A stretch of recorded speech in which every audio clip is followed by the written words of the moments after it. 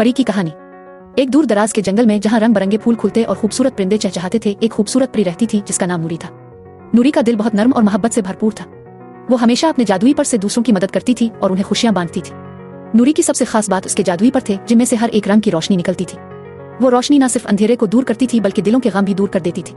नूरी हर रात चांदनी की रोशनी में जंगल के दरख्तों के बीचों बीच अलिफाती और अपने पंखों की चमक से जंगल को रोशन कर देती। एक दिन नूरी ने जंगल में एक छोटे से गांव का रास्ता इख्तियार किया। वहां इसने देखा कि एक बच्चा जो अपनी मां के बगैर था रो रहा था। नूरी का दिल भर आया और वो फौरन बच्चे के पास पहुंची। इसने बच्चे के आंसू पोंछे और अपने जादुई पर से एक छोटी सी रोशनी का टुकड़ा निकाला।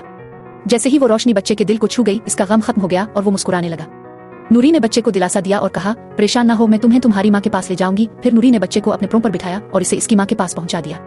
माँ ने जब अपने बच्चे को देखा तो इसकी आंखों में खुशी के आंसू आ गए। इस दिन के बाद नूरी गांव के लोगों के दिलों में बस गई। वो जब भी किसी को परेशान देखती, अपने प्रों की रोशनी से उनके दिलों को खुशी और सुकून पहुंचाती। गांव के लोग नूरी की मेहरबानी को